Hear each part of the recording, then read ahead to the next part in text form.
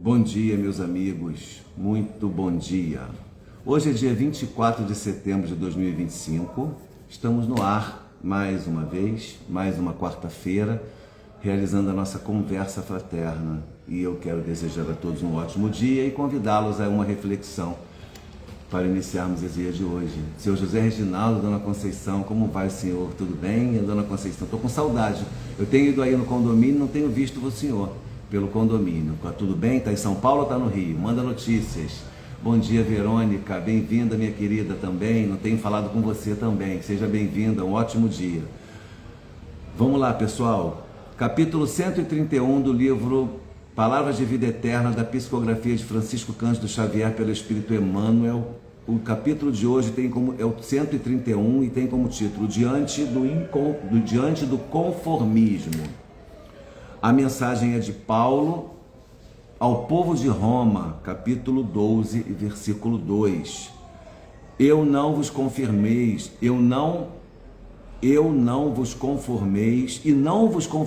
com este mundo, mas transformai-vos pela renovação do vosso entendimento, para que experimenteis qual seja a boa, agradável e perfeita vontade de Deus. Repetindo, palavras de Paulo em sua primeira carta aos Romanos, capítulo 12, versículo 2. E não vos conformeis com este mundo, mas transformai-vos pela renovação do vosso entendimento, para que experimenteis qual seja a boa, agradável e perfeita vontade de Deus. Marúcia, bom dia, querida, bem-vinda. Seu Luiz, bom dia.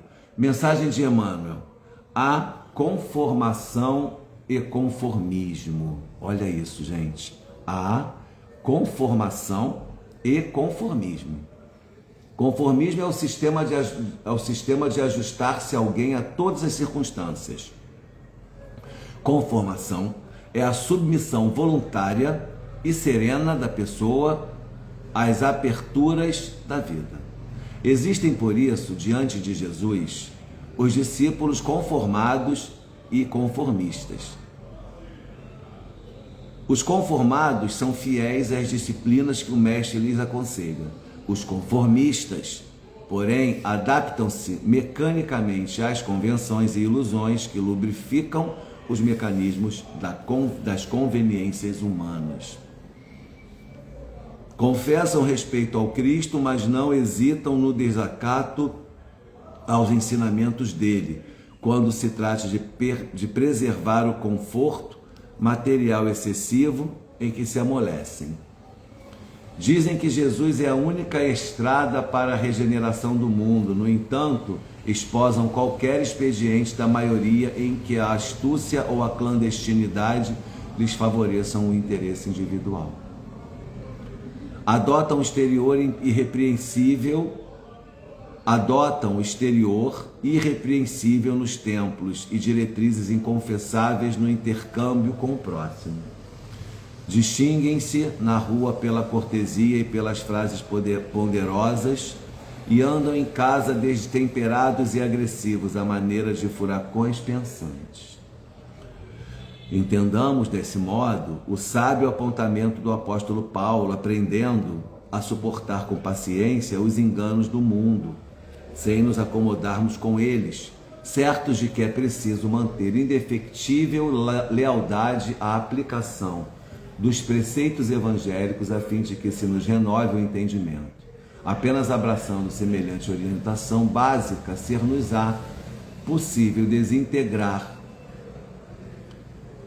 as escamas do egoísmo cronificado em que respiramos há séculos para compreender os desígnios de Deus na construção de nossa felicidade. Hoje o Emmanuel me colocou para trabalhar. Vamos trabalhar. Bom dia, Cris. Bom dia, Teino Meyer. Bom dia, Marúcia, já falei, né? Neide, querida. Meus amigos, a mensagem evangélica de hoje é: e não vos conformeis com este mundo, mas transformai-vos pela renovação do vosso entendimento, para que experimenteis qual seja a boa e agradável e perfeita vontade de Deus. Palavras de Paulo aos Romanos, no capítulo 12, versículo 2. Bom, Quando Emmanuel começa a falar sobre esse tema, sobre o conformismo, ele fala sobre conformação e conformismo. O sufixo ismo, ele traz ali uma conotação, uma interpretação no próprio português, e filosoficamente falando, a gente pode ampliar isso para o aspecto subjetivo, filosófico, de algo que realmente não tenha sido incutido em mim, esteja sendo imposto, mas eu não esteja reverberando, absorvendo, compreendendo, entendendo para aplicar. É o caso, por que a gente costuma explicar para as pessoas? Você nunca vai ver um espírita parado numa praça pública pregando, batendo de porta em porta pregando, insistindo que o seu vizinho, que o seu amigo, que o seu filho, que o seu marido, que o seu pai, que a sua esposa vá à casa espírita de maneira veemente, porque nós não fazemos proselitismo do espiritismo, proselitismo religioso.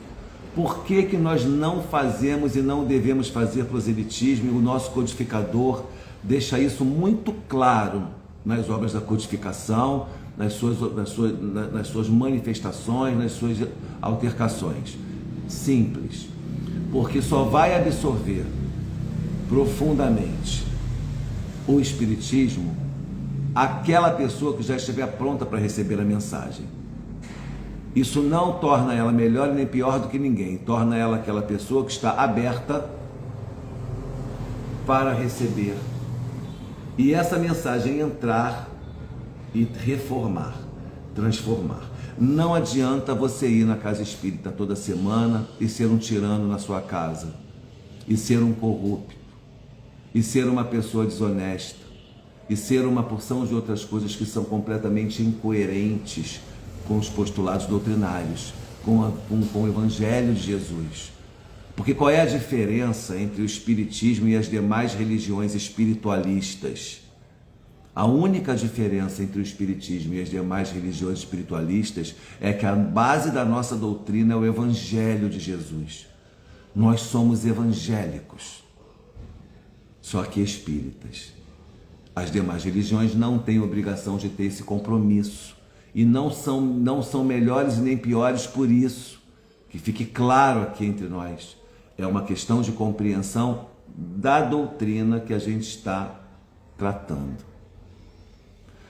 Dito isso, nós vamos para a segunda parte que eu falei anteriormente, que é o espírito estar pronto para receber aquela mensagem. Por que eu digo isso? Porque não dá para ser espírita pela metade, não dá para ser hipócrita dentro do espiritismo. Ou você absorve e aplica, ou você não é espírita. E a mensagem, ela é das pessoas falam assim: caminhar com Jesus é mais fácil. É muito mais difícil caminhar com Jesus. Verdadeiramente caminhar. Você quer, quando você fala de caminhar com Jesus, você está pensando só na proteção que ele pode te oferecer?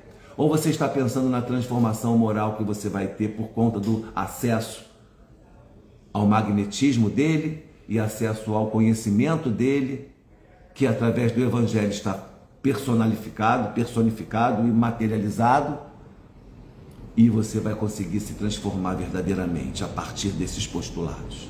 Por isso que é difícil caminhar com Jesus, porque caminhar com Jesus verdadeiramente demanda você olhar para tudo aquilo que ele ensina, tentar entender, conhecer e aplicar, absorver e aplicar. E quando você aplica, você transforma o seu comportamento. Isso reverbera para o mundo. Então, a gente costuma entender que não adianta ser conformista, tem que ser conformado. Conformismo é a aceitação irresponsável daquele tema. Aceitei, acho lindo, aceitei Jesus, mas eu vou para casa e eu maltrato minha esposa, eu deixo de atender emocionalmente os meus filhos, eu sou corrupto no meu trabalho, eu sou agressivo com os meus vizinhos, mas eu aceitei Jesus, então eu estou salvo. Não tem nada mais absurdo, estou mais estapafúrdio, esquizofrênico do que isso. E a gente vê aí aos baldes nas esquinas. Então, Aí a pessoa torna-se uma conformista. Ela vai se conformando que não pode mais fazer aquelas coisas que ela fazia antes, ela vai parar de fumar, não porque ela entendeu que aquele hábito não é saudável, aquele hábito não é adequado. Não, ela vai parar porque a igreja determinou. Então ela é uma conformista. Ela para por conta de uma convenção, não porque ela entendeu de dentro para fora que a melhor conduta seria evitar aquele hábito que não é saudável. Estou dando um exemplo bem mundano para a gente entender, porque há outros exemplos mais complexos que a gente pode observar. O egoísmo, o orgulho. Quando eu me torno espírita, eu posso ter, quando eu me conformo com os postulados cristãos, com a ideia que o Cristo me traz a respeito da vida, das pessoas, do meu comportamento intersocial, eu posso ter o cargo que eu tiver, mas eu não vou ser uma pessoa vaidosa, arrogante, prepotente com esse cargo. Eu não vou maltratar pessoas. Eu não vou utilizar o dinheiro que eu recebo daquela minha atividade somente para mim. Eu vou entender que eu preciso compartilhar com o mundo, com aqueles que sofrem. Eu vou sair da minha zona de conforto e vou levar o recurso que eu tiver, que eu puder levar, mesmo que não seja o meu tempo, mas as minhas condições, para as pessoas. Eu sou dono de uma empresa, sou empresário, dono de uma empresa, eu vou pegar a minha empresa e vou transformar algumas atividades da minha empresa para o âmbito social, para que ela possa acolher, e não só em busca de selos, mas também em busca de realmente impactar o mundo com a minha possibilidade de ajuda, atividades para o meio ambiente, que ajudem, incentivem meus funcionários. Eu tenho 1000 funcionários, imagina você, eu instituo na minha empresa hábitos que possam promover o bem-estar do meio ambiente, evitar a degradação maior do meio ambiente com objetos como, por exemplo, descartáveis e tudo mais. Eu vou buscar ser justo com os meus funcionários e não explorá-los. Eu vou pagar o seu salário digno, eu vou dar boas condições de trabalho. Olha como é que o empresário pode ser cristão sem ir na igreja. Você pode ser cristão sem entrar na igreja. Você tem que ser cristão sem ter que ir à igreja. Sabe por quê? Porque Deus mora dentro de mim, mora dentro de você. O templo de Deus é o nosso corpo. Se o templo de Deus é o meu corpo, eu agora estou na igreja. Porque eu estou com vocês. O que é igreja? Qual é o significado da palavra igreja? Igreja é assembleia. É simples assim. A diferença da igreja para uma assembleia é que na igreja a finalidade do encontro, da reunião, naquela assembleia é Deus. É religioso, é teológica a definição. Enquanto as assembleias em geral, elas podem tratar de qualquer tema. Mas a interpretação da palavra igreja, essa é a assembleia, é o sinônimo da palavra igreja. A grosso modo falando, é a assembleia. Então você pode muito bem ir à igreja, não se comunicar com o Pai, e você vai estar numa assembleia social. Há pessoas que vão à igreja para arrumar namorado, há pessoas que vão à igreja por outros motivos, para mostrar a roupa do corpo, para mostrar o carro que comprou, para conviver socialmente naquela congregação, mas a última coisa que ela faz é se conectar com Deus. Então ela foi a uma assembleia. Mas ela entendeu, ela recebeu, ela se transformou, ela se modificou? Não. Por quê? Porque depende dela essa transformação. E é o que Emmanuel está nos falando aqui, com muita propriedade. Conformação, ele fala aqui, olha, conformismo é o sistema de ajustar-se alguém a todas as circunstâncias. Conformação é a voluntária e serena da pessoa às aperturas da vida. Existem, pois, diante de Jesus, os discípulos conformados e os conformistas. Qual discípulo você é? Você é o discípulo conformado ou você é o discípulo conformista? Os conformistas, porém, Não. Os conformados são fiéis às disciplinas que o mestre lhes aconselha. Olha só como é que fica difícil caminhar com Jesus. Agora fica difícil caminhar com Jesus, porque se eu sou um discípulo conformado, eu sou fiel às disciplinas que ele me aconselha. E onde é que estão essas disciplinas? Como é que eu descubro quais são essas disciplinas? Evangelho. Aí você vai no Evangelho, você pega a parte moral toda dele e você aplica na sua vida. Vai conseguir? Estamos a caminho. Não desistamos, o mais importante é isso. Mas saibamos o quanto é difícil, para que nós possamos nos aprimorar. Sabe que todo mundo aqui já foi para a escola. Sabe aquela prova mais difícil que você tem que fazer? Ah, se a prova de inglês é mole, prova de português eu prefiro de letra, mas a de matemática... E aí, para qual você se prepara mais? Para a prova que você já dá, para a matéria que você já domina, ou para aquela que você tem insegurança? É claro que é para a segunda opção. Então, quando nós entendemos que caminhar com Jesus é mais difícil porque os postulados dele, moralmente falando, estão muito superiores ao que nós estamos alcançando, mas precisamos alcançar, nós nos preparamos, nós nos esmeramos, nós investimos nisso mais, e aí a gente consegue tirar boas notas. Então é por isso que Emmanuel está falando aqui, não seja um conformista, seja um conformado. Confessam respeito ao Cristo, mas não hesitam no desacato os conformistas. Aí ele falou do conformado, agora do conformista. Os conformistas, porém, adaptam-se mecanicamente às circunstâncias e às convenções. Como eu falei, o cara deixa de fumar não porque não faz bem à saúde, porque ele chegou a essa compreensão consciencial. Ele deixa porque a igreja não pode. Pode o crente fumando? O crente não pode fumar. Então eu paro de fumar. Mas se ele deixar de ser crente, ele vai voltar a fumar. Enquanto se eu tiver dentro de um contexto de compreensão profunda da minha vida, de percepção clara e racional daquilo que me é bom e não me é, eu posso ser espírita, deixar de ser, eu posso fazer o que eu quiser, mas eu vou continuar mantendo a minha postura, porque eu absorvi, porque eu criei dentro de mim uma real transformação advinda do conselho de Jesus. Confessam respeito ao Cristo, mas não hesitam no desacato aos ensinamentos dele quando se trate de preservar o conforto material excessivo em que se amolecem. Aqui é demais. O cara é cristão até a 10ª página. A hora que o dinheiro chega, a hora que o conforto chega, a hora que a possibilidade de uma melhora de vida chega, o cara escorrega.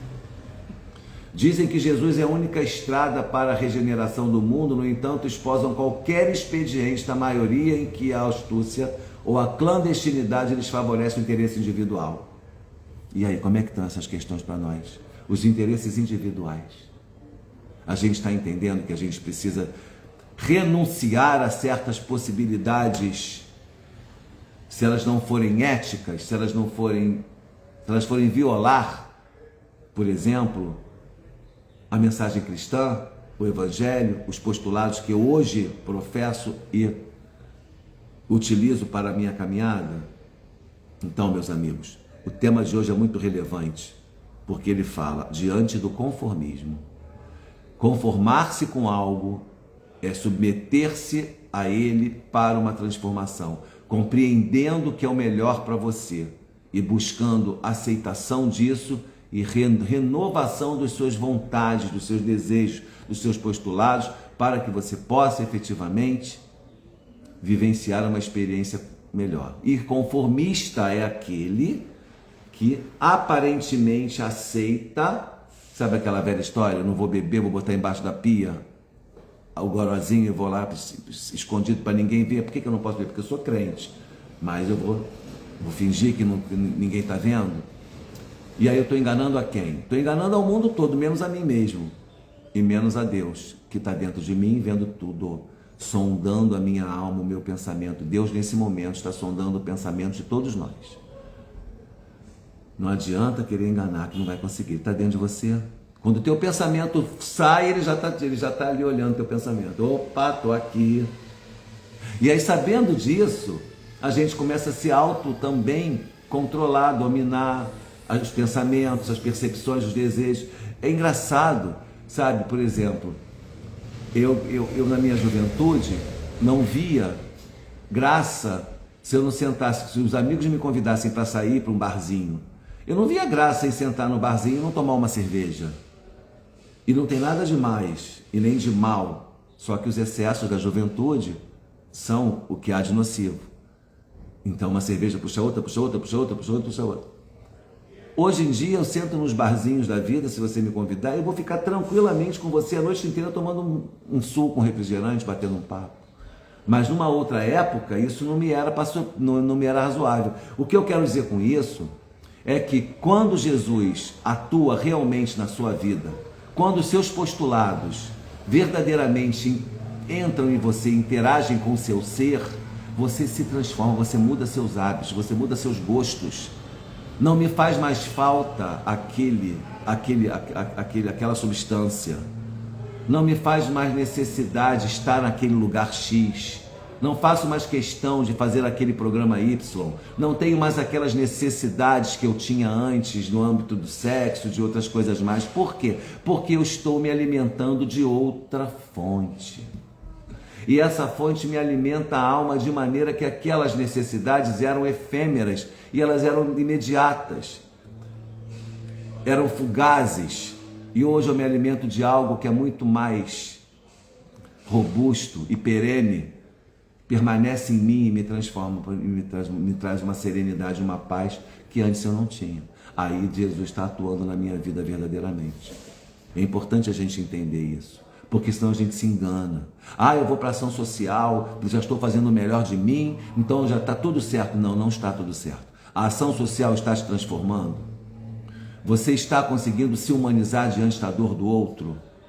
Essa semana eu assisti uma palestra no Lar Paulo de Tarso, e o palestrante falou o seguinte: misericórdia é colocar o coração na dor do outro. Olha que frase forte. Misericórdia, ter misericórdia não é ter pena, como as pessoas confundem muito a misericórdia com a pena. A misericórdia vai muito além. A misericórdia oferece qualidade, a misericórdia oferece caridade. Para que eu seja misericordioso com você, eu tenho que ter caridade com você.